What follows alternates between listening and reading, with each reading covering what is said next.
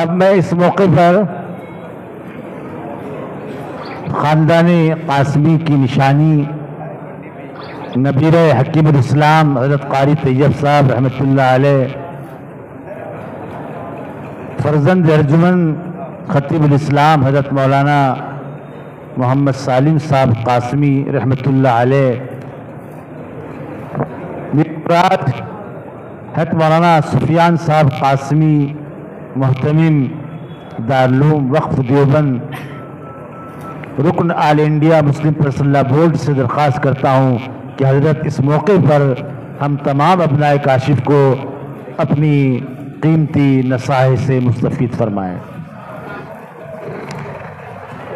اعوذ باللہ من الشیطان الرجیم، بسم اللہ الرحمن الرحیم، الحمد للہ رب العالمین والصلاة والسلام علی سید المرسلین وعلى آلہ وازواجہ واصحابہ اجمعین، اما بعد فقد قال اللہ تعالی فی کتاب الحکیم ما كان لبشر ان يؤتيه الله الكتاب والحكم والنبوة ثم يقول للناس كونوا عبادا لي من دون الله ولكن كونوا عباد الله۔ صدق الله العظيم۔ صدر گرامی قدر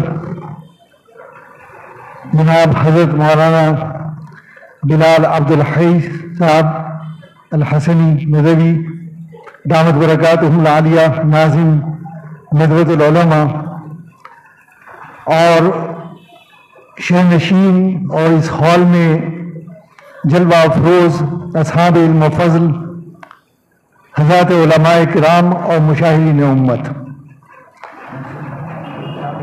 وقت کی کمی کو مد نظر رکھتے ہوئے بغیر کسی تمہید کے چند باتیں مجھے عرض کرنی ہیں۔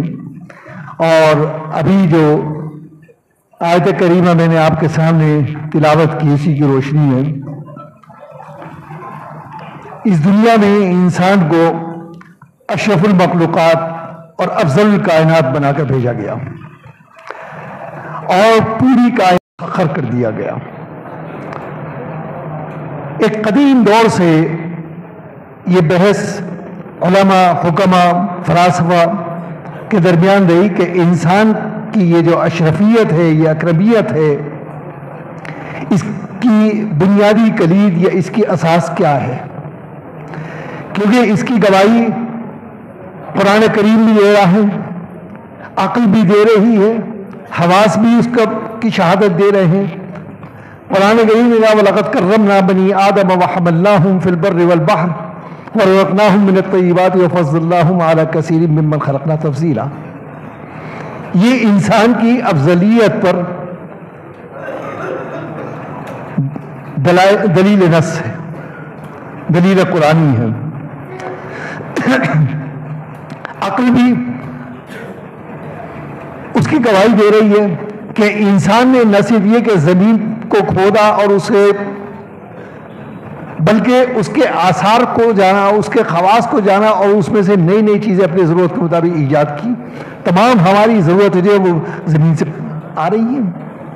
تو گویا انسان موجد بھی ہے اور متصرف بھی ہے، فضاؤں میں، ہواؤں میں، دریاؤں میں، سمندروں میں، ہر جگہ وہ متصرف ہے۔ لیکن وہ امتیاز کون سا ہے کہ جس کی بنیاد پر اس کو اتنا بڑا دعویٰ کرنے کا حق دیا گیا کہ میں افضل الکائنات ہوں؟ ظاہر ہے کہ خصوصیت وہ ہوتی ہے جس میں کوئی دوسرا شریک اور سہیم نہ ہو اس میں، اور یہ کہہ سکے کہ تنہا میں ہوں۔ علماء نے، حکماء نے اور فلاسفہ کے ایک طبقے نے جس نتیجے پر پہنچے کہ انسان کو اللہ تعالیٰ نے ایک جوہر عطا کیا کہ جوہر عقل کہلاتا ہے، اور اس عقل کی بنیاد پر انسان کو یہ شرف اور یہ اکرمیت کا درجہ حاصل ہے۔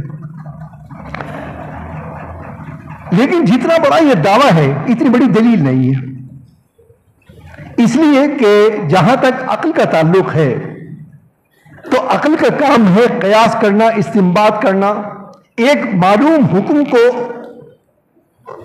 کے ذریعے سے نامعلوم حقیقت تک پہنچنا، اس کے رسائی حاصل کرنا اور اس پر حکم لگانا۔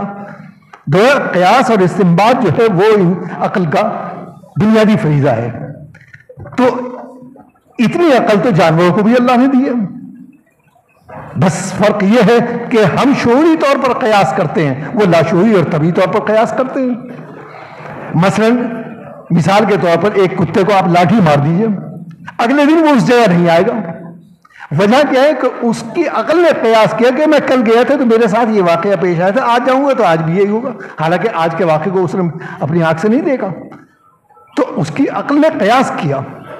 تو گویا یہ عقل تو انسان میں بھی ہے. ہم زیادہ سے زیادہ یہ کہہ سکتے ہیں ہم میں کامل عقل ہے اور جانوروں کے اندر ناقص عقل ہے یا کم عقل ہے.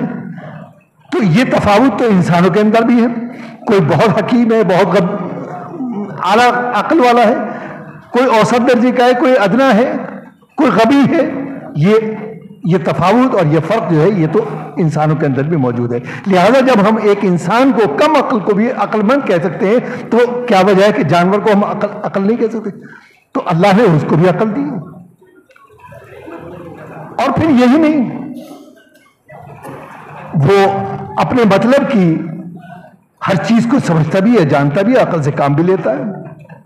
دوسرا طبقہ آیا تو اس نے کہا کہ نہیں، مجرد عقل جو ہے وہ مدار افضلیت نہیں ہو سکتی، بلکہ مدار افضلیت کے لیے اس کے ساتھ علم کا ہونا بھی ضروری ہے.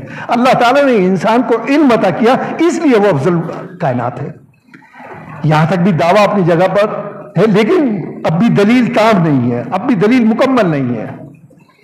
اس لیے کہ قرآن خود گواہی دے رہا ہے کہ جانوروں کو بھی اللہ تعالیٰ نے علم عطا کیا، اور علم بھی کوئی معمولی نہیں بلکہ شریعت کا علم، اطاعت کا علم، فرمانبرداری کا علم عطا کیا. کل قد علم صلاتہ و تسبیحہ.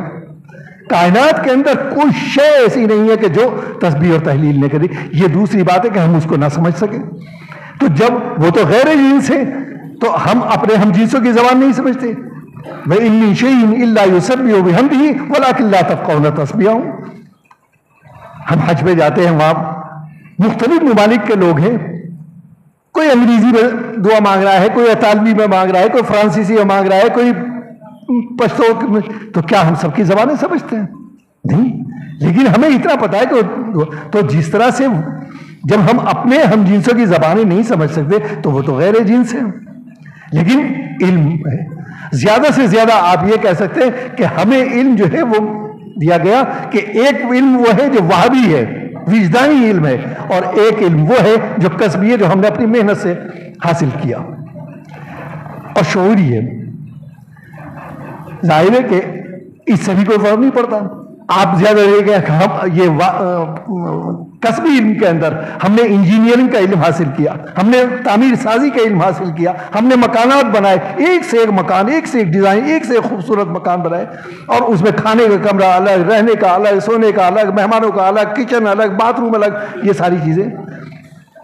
تو ہمارے یہاں ایک چھوٹا سا جانور ہوتا ہے، اسے کہتے ہیں بیا. یہاں معلوم وہ چھوٹا سا کیکر پر اپنا گھونسلہ بناتا ہے اور سوکھی ہوئی گھاس سے بناتا ہے، لیکن وہ اتنا مضبوط ہوتا ہے کہ آندھی آئے، طوفان آئے، باد و بارہ ہو، اور یہاں تک کہ درخت گر جائے طوفان، لیکن وہ نہیں ٹوٹے گا. آپ پوری طاقت لگا دیجیے نہیں ٹوٹے گا. اس میں بھی اس نے حصے بنا رکھے، ایک حصہ بچوں کا ہے، ایک حصہ بڑوں کا ہے، ایک حصہ جھولا بھی لگا ہوا ہے. اب آپ کہیں ہم نے الیکٹرکسٹی کے ذریعے سے ان کو روشن، اپنے مکانوں کو روشن کیا، اس نے بھی حسب حیثیت اپنے مکان کو روشن کیا اور جگنو کو لا کر وہاں رکھ دیا.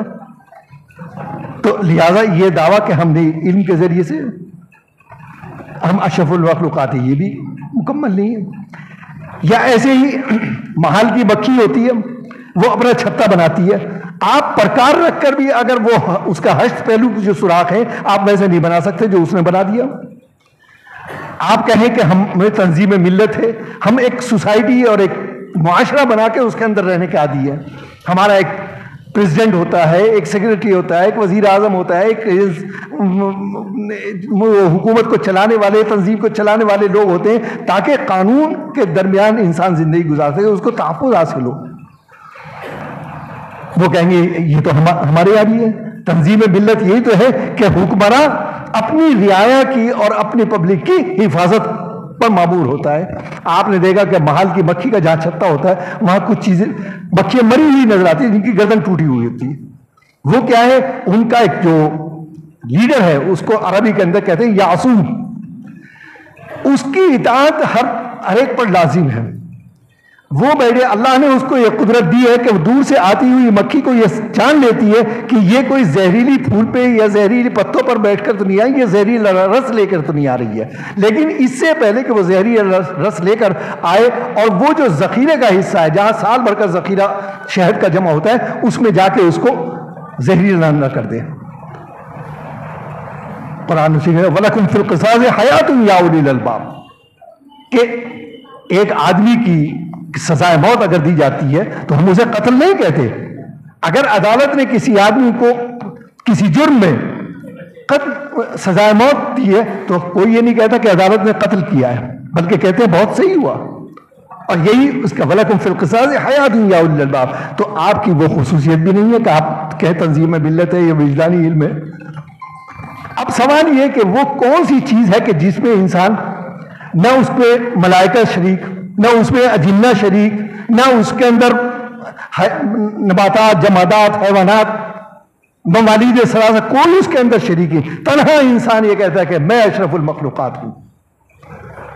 وہ ہے تعلیم, تعلیم و تعلم, کیونکہ یہ صفت کسی مخلوق کو حاصل نہیں ہے. آپ نے کبھی نہیں سنا ہوگا کہ آسمان پر کوئی جامعہ اسلامیہ کاشف العلوم کھلا, وہاں پر ایک فرشتہ بیٹھا ہوا ہے اور آگے اس کے سامنے بہت سارے فرشتے وہ درس دے رہا ہے. نہیں, جس طرح سے اس فرشتے کو علم اللہ نے دیا تھا اسی طرح سے دوسرے. تو وہ تو کہہ رہے ہیں کہ سبحانک لا علم لنا الا ما علمتنا, جتنا آپ نے دے دیا وہ, لیکن ہم نے اس پر بس نہیں کیے. ہم نے اس کے خواص کو جانا, اس کے آثار کو جانا, اس کے اندر گھسے, اور اندر گھسے کے بعد اس سے نئے کلیات, نئے جزیات, نئے چیزیں ایجاد کی ہم نے, اور دنیا کو ترقی کی راہ پر ڈالا. یا آپ نے کبھی نہیں سنا کہ ویرانوں کے اندر اجنہ نے وہ کھول دیا ہو. تو بہرحال یہ جو خصوصیت ہے کہ وہ ہے تعلیم اور تعلم, وہ ہے ہمارے مدارس, وہ ہے ہمارے اسکول, وہ ہے ہماری یونیورسٹیاں. یہی وہ چیز ہے کہ جس کی بنیاد پر یہ کہا جاتا ہے کہ ہم اشرف المخلوقات ہیں. تو ظاہر ہے کہ اس اشرفیت کے لیے تعلیم کا ہونا بھی ضروری ہے, ان مدارس کی حفاظت بھی ضروری ہے. اور یہ آج آپ کو جو دستار فضیلت عطا کی گئی ہے اس میں بہت سے تو وہ حضرات ہیں جو اساتذہ بلکہ استاذ الاساتذہ کے درجے میں ہیں. آج 65 سالہ یہ اللہ تعالیٰ حضرت مولانا سعید احمد صاحب نور اللہ مرقدہ کو آج جنت میں اعلیٰ فردوس میں اعلیٰ مقام عطا فرمائے کہ ان کی محنتوں سے یہ سلسلہ یہ کارواں جاری ہے. لیکن وہ لوگ کہ جو اس کے بعد کے ہیں یا طلبہ ہیں ان کے لیے آپ اس کو یہ سمجھیں کہ یہ کوئی 2 گز کپڑا ہے, بلکہ یہ دستار فضیلت ہے. دستار فضیلت کا مطلب یہ ہے آپ یا تو اس کی حرمت کو قائم رکھتے ہوئے تاج بسر ہو جائیے یا اس کی حرمت کو پامال کرتے ہوئے خاک بسر ہو جائیے. تیسرا کوئی راستہ نہیں ہے. اللہ تعالیٰ آپ حضرات کے علم و عمل کے اندر برکتیں عطا فرمائے اور اس ادارے کو دن دنی رات چوگنی ترقیات عطا فرمائے. اور حضرت بانی ادارہ نے جو منصوبے, جو خواب, جو اپنی زندگی میں شرمِ تعبیر نہ ہو سکے وہ آپ حضرات کی محنتوں سے, آپ کی جہود سے, آپ کی لگن سے وہ اس کو معاونت فرمائے. اور یہ معاونت ہی کا ہے کہ اللہ نے محترم برادر عزیز جناب مولانا رضوان احمد صاحب جو ان کے نبی ہیں ان کو یہ جذبہ, یہ محنت, یہ اور یہاں سے منتسب یہاں کے اساتذہ, یہاں کے ذمہ داران ان کو وہ جذبہ عطا کیا جو ان کو حضرت مولانا سعید احمد صاحب کے وراثت میں ملا تھا. اللہ تعالیٰ علم و عمل کے اندر بے شمار برکات عطا فرمائے, ترقیات عطا فرمائے. وآخر دعوانا ان الحمد للہ رب العالمین.